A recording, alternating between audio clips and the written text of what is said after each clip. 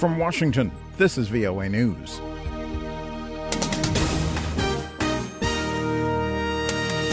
Day 2 of a lockdown in Freetown, Sierra Leone to fight Ebola. The U.S. releases Pakistan detainees. I'm Vincent Bruce reporting from Washington. In Sierra Leone's capital, Freetown, police stopped motorists checking their passes for being out on this Saturday. This weekend, President Ernest Bai Koroma appealed to all Sierra Leoneans to stay home through Sunday as health workers look for hidden Ebola cases seeking to stop the spread of the deadly disease. To overcome it, all of us must play our parts. President Koroma refuted claims by critics the lockdown could be chaotic and ineffective. The regional anti-Ebola effort has been hampered by widespread fears and misinformation about the disease. In Nigeria, dozens of people reportedly have been killed as Boko Haram militant group members stormed a market in the northeastern town of Mainok. Security sources told Reuters news service that at least 23 civilians were among the dead, while the rest were militants. Boko Haram has killed thousands in the past 5 years. It's trying to establish an Islamic state in northeastern Nigeria. The United States reportedly has released 14 Pakistani detainees. According to Pakistan Foreign Ministry spokeswoman Tasneem Aslam in Islamabad, the transfer from Bagram military prison in Afghanistan to Pakistan took place on Saturday. The Lahore-based legal aid organization, Justice Project Pakistan, that represents the families of the Bagram detainees, says the U.S. military has released a total of 39 Pakistanis, including Saturday's batch, from custody in the past 10 months. The names of these former detainees have not been released. This is VOA News. Afghan presidential candidates Ashraf Ghani and Abdullah have finally negotiated a long-awaited deal to share power in a so-called national unity government, a move likely to end a months-long election crisis in the war-shattered country. Officials say the two men vying to replace President Hamid Karzai will sign the document on Sunday, the same day the Election Commission will announce results of a bitterly disputed June presidential runoff.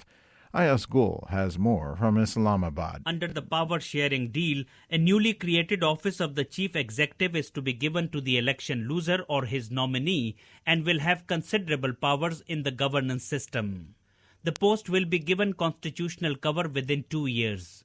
Hamidullah Farooqi, a spokesman for the frontrunner Ghani, told VOA the deal has been finalized within the Afghan constitution to avoid creating what he called a shareholder company-type government.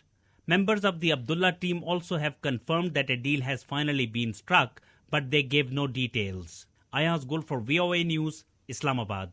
Turkey's prime minister says 49 Turkish hostages seized by Islamic State militants in Iraq in June have been freed. Ahmet Davutoglu said Saturday those hostages were released earlier in the day. Security forces in Kenya have been blamed for an unorganized response to last year's terrorist attack on the Westgate shopping mall in Nairobi and for failing to heed security warnings ahead of time.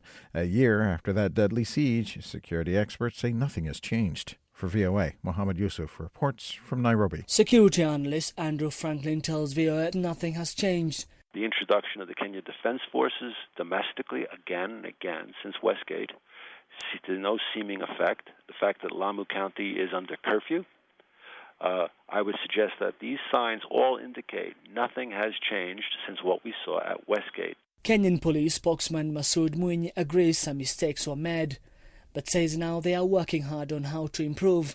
Mohammed Yusuf for VOA News, Nairobi. A United Nations envoy says Yemen's government has reached an agreement to end fighting with Shiite Houthi rebels that has intensified in recent days. Jamal Ben Omar, the special advisor to the UN Secretary General on Yemen, said Saturday that the deal will, quote, lay the foundation for national partnership and for security and stability, unquote. At this item, Lebanese state media say a suicide bomber has killed 3 people at a checkpoint manned by Hezbollah fighters near the Syrian border. The national news agency reports the bomber detonated his explosive-packed vehicle on Saturday. No one has yet claimed responsibility for the bombing. More on these at voanews.com. I'm Vincent Bruce in Washington. That's the latest world news from VOA.